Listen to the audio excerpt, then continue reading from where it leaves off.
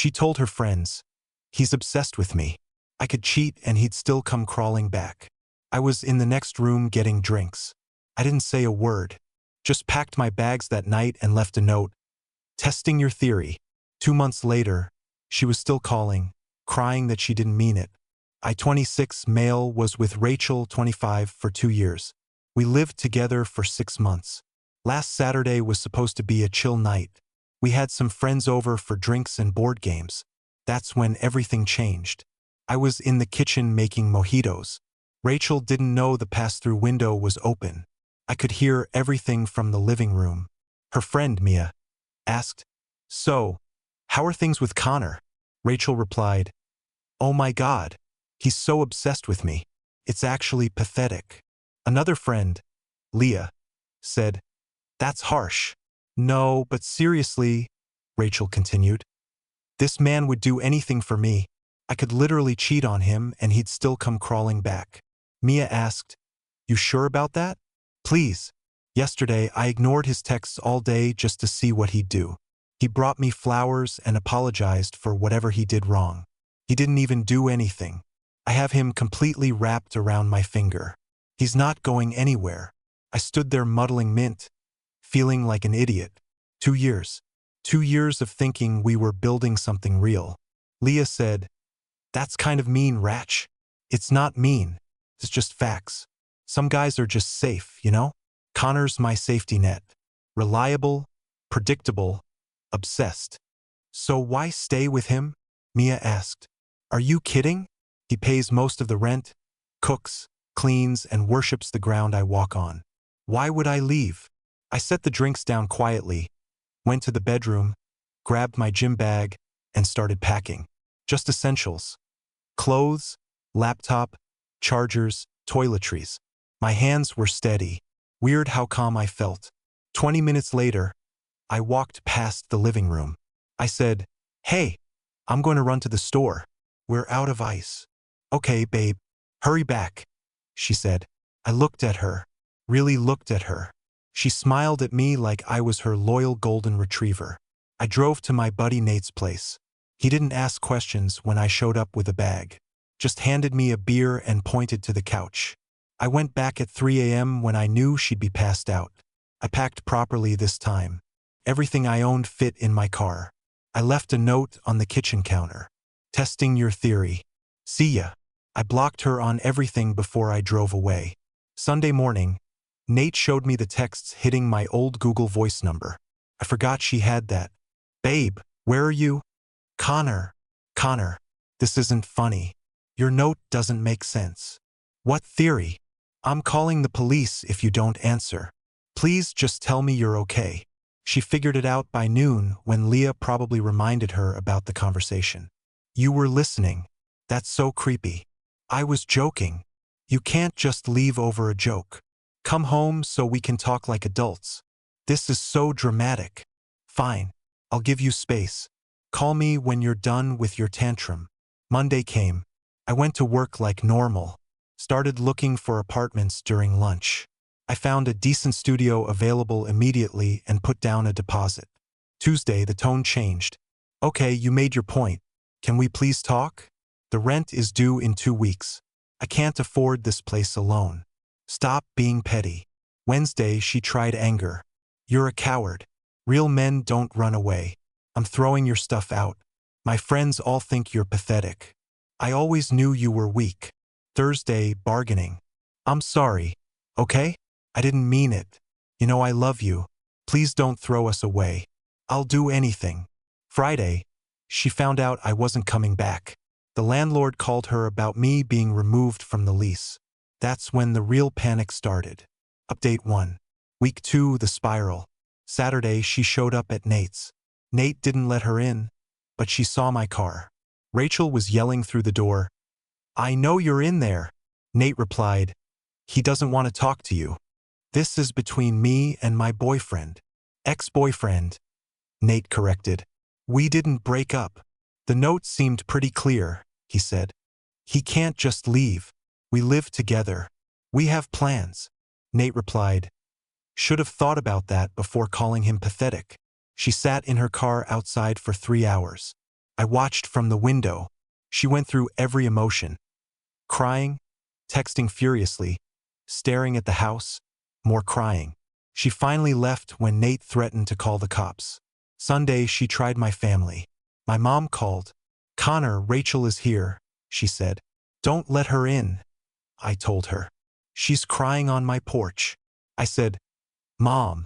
She told her friends I was pathetic and obsessed, that I'd come crawling back even if she cheated. She what? My mom asked. Yeah, I'm done. I'll handle this, she said.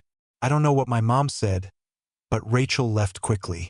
Monday at the work ambush. She knows where I park. She was waiting by my car at lunch. Connor, we need to talk. No, we don't.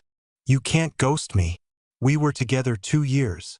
And you spent those 2 years thinking I was a pathetic safety net. I didn't mean. Yes, you did. You meant every word. Fine. I'm sorry I told the truth. Is that what you want to hear? The truth? I mean, I'm sorry I said it out loud. That's when it hit her. What she just admitted. Wow, I said. Even now, you can't stop showing me who you really are. That came out wrong, she stammered. No, it came out honest. I got in my car and left. She tried following me but got stuck at a red light. Tuesday through Thursday was a barrage of texts to my Google Voice. I'm going to lose the apartment. How am I supposed to afford everything? You're ruining my life. All my friends think you're overreacting. Mia says you're being abusive. This is financial manipulation. I'll sue you for abandonment. Friday, she played the nuclear card. I'm pregnant. I emailed back. No, you're not. You had your period last week. Also, we used protection. Her. Condoms fail. Me. You're on birth control. I've seen you take it. Her. I might have missed some. Me. Send me proof. Doctor's note. Test results. I'll get a paternity test. Radio silence for 2 hours. Her. Fine. I'm not pregnant. But I could have been. Would you have come back then? Me. No. I would have handled it through lawyers. That weekend, the smear campaign started. Instagram stories about narcissistic exes and men who can't handle strong women. Facebook posts about starting fresh after abuse. Tweets about how to recognize emotional manipulation. My friends started sending screenshots. The narrative was wild. I was controlling, despite her being the one who mocked me for being obsessed. I was financially abusive for not paying her rent anymore. I abandoned her without warning. The note doesn't count, apparently. I was punishing her for being honest with friends. Update 2.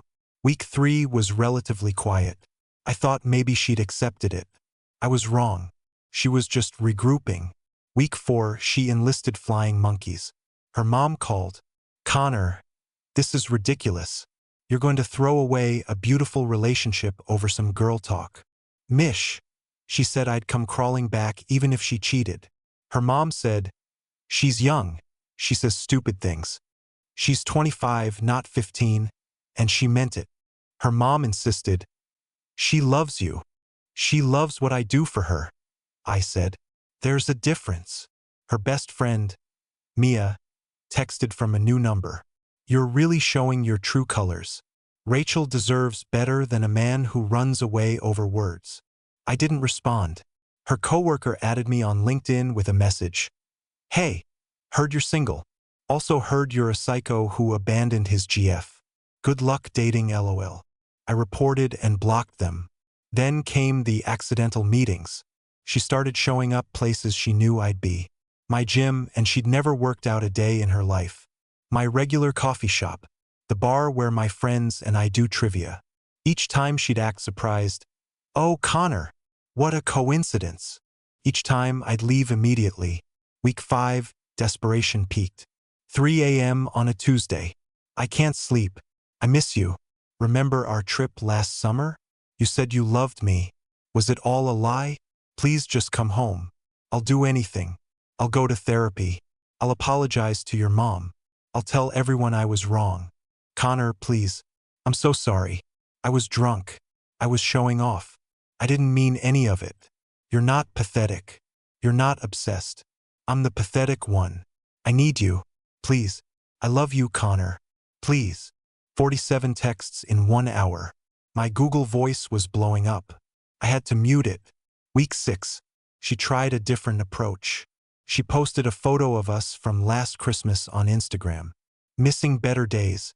Sometimes you don't know what you have until it's gone. Hashtag truelove, hashtag missing you, hashtag hecknoshuhais. The comments were brutal. Girl, he left you. This is embarrassing. Delete this. Ratch honey no. But some supported her.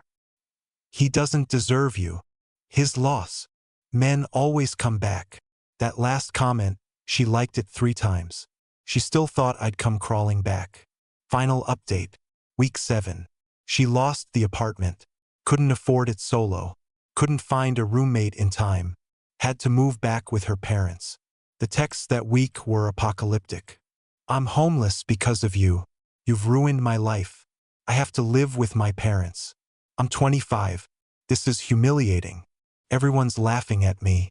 You did this. I hate you. No, I don't. Please come back. We can get a new place. Start fresh. I'll pay half of everything. I'll cook. I'll appreciate you, Connor. Please. Week 8. Present day. The calls haven't stopped. She leaves voicemails on my work phone now. Hi, Connor. It's me. I know you're getting these. I wanted to hear your voice on the recording. I'm sorry. I'm so sorry. I was an idiot. I didn't appreciate you. I took you for granted. I was wrong about everything. You're not pathetic. You're not obsessed. You were just good to me and I threw it away. I threw you away for what? To sound cool to my friends? They're not even talking to me now. Mia thinks I'm desperate. Leah says I got what I deserved. My mom keeps asking what I did to make you leave. I tell her and she just shakes her head. I'm living in my childhood bedroom, Connor. I'm 25 and I'm back in my twin bed with my high school posters. Is this what you wanted? For me to be this pathetic? Because I am. I'm everything I said you were. I'm the one who would come crawling back. I am crawling back and you won't even answer. Please just call me back. Just once. Just so I can hear your voice. So I know you're okay. So I can apologize properly. Please. I love you. I really do. I know you don't believe me now, but I do. I'm sorry. I'm so sorry. She's left 23 similar voicemails, each one more desperate than the last. Her Instagram went from thriving without him posts to deleted. Her Twitter is gone. Her Facebook just has one post from last week. Taking a social media break. Need to focus on myself. I heard through mutual friends she's working part-time at her dad's office. Still living at home. Tried dating apps but kept comparing everyone to me. She goes to our old spots hoping to run into me. Tells people we're on a break. Me? I'm good. Better than good. My studio is small but it's mine. Nobody there to tell their friends how pathetic I am. Nobody using me as a safety net. Nobody testing their theory that I'll always come crawling back. I started dating a girl from my climbing gym. First thing she said when I cooked for her, "Wow, a guy who can actually cook. I'm impressed." Not, "Of course you cooked. That's what you do." Appreciated, not expected. Novel concept. The other day I was having beers with Nate. He asked, "You ever think about unblocking her?" "Why would I?" I said, "I don't know. Closure." I got my closure when I heard her tell her friends what she really thought of me. "Fair," he said. "She's still calling?" "Yep." "Still leaving voicemails?" "Yep." "When do you think she'll stop?" "When she realizes I'm not the one who's obsessed." I got one last email last night, sent to my work address. "Connor, I know you won't read this, but I need to write it. You were right about everything. I did think I had you wrapped around my finger. I did think you'd always come crawling back. I did see you as safe and predictable and I'm so ashamed. You weren't obsessed with me. You just loved me. And I was too stupid and arrogant to see the difference. I was too busy feeding my ego to realize I had someone who genuinely cared about me. You asked if I was testing my theory. I was every day. Every ignored text. Every dismissive comment. Every time I made you feel less than. I was testing how much you'd take. And you took it all with grace until that night. I'm the pathetic one. I'm the one who can't move on. I'm the one calling and texting and showing up places. I'm the one who would take you back in a heartbeat, no questions asked. I'm everything I accused you of being. Your note said, testing your theory. Well, the results are in. You didn't come crawling back. You just left quietly, with dignity, without drama, like a man who knows his worth. I hope whoever you end up with knows how lucky they are. I hope they never take you for granted. I hope they never test theories about your love. I'm sorry, Connor, for everything. Rachel. I deleted it. Didn't respond. Won't respond. She was right about one thing in that email. I do know my worth now. And it's so much more than being someone's safety net. Their reliable appliance. Their obsessed boyfriend who will tolerate anything. The woman I'm dating now, she thanks me for dinner. She appreciates when I plan dates. She brags to her friends about how thoughtful I am. Not to mock, but because she's genuinely happy. That's the difference between love and exploitation. Rachel thought my love made me weak, something to manipulate and mock. Turns out walking away was the strongest thing I ever did. And the theory she was so confident about, the one where I'd come crawling back no matter what, hypothesis rejected. Funny how the person who was so sure I was obsessed is the one who can't let go. The one who was positive I'd come crawling back is the one leaving desperate voicemails.